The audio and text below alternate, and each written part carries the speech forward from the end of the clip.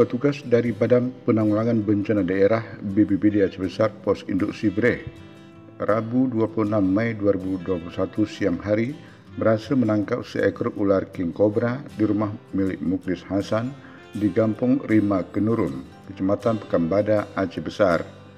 Kepala Pelaksana BPBD Aceh Besar Farhan AP melalui operator Pusdar OPB Mas Wani mengatakan penangkapan ular king cobra dengan panjang sekitar 2 meter berawal dari petugas piket pemadam BPBD Aceh Besar Pos Induk Sibreh menerima informasi yang disampaikan oleh Jamal tentang adanya seekor ular king cobra di rumah milik Muklis Hasan.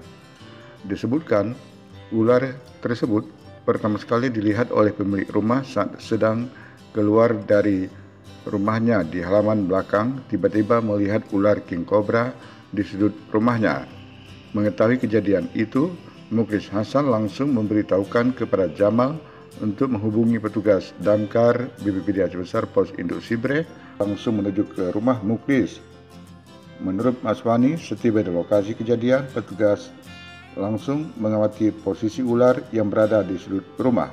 Ia menambahkan sekitar pukul 13.02 waktu Indonesia Barat, ular berhasil ditangkap dan menurut rencana akan dilepas kembali ke alam habitatnya.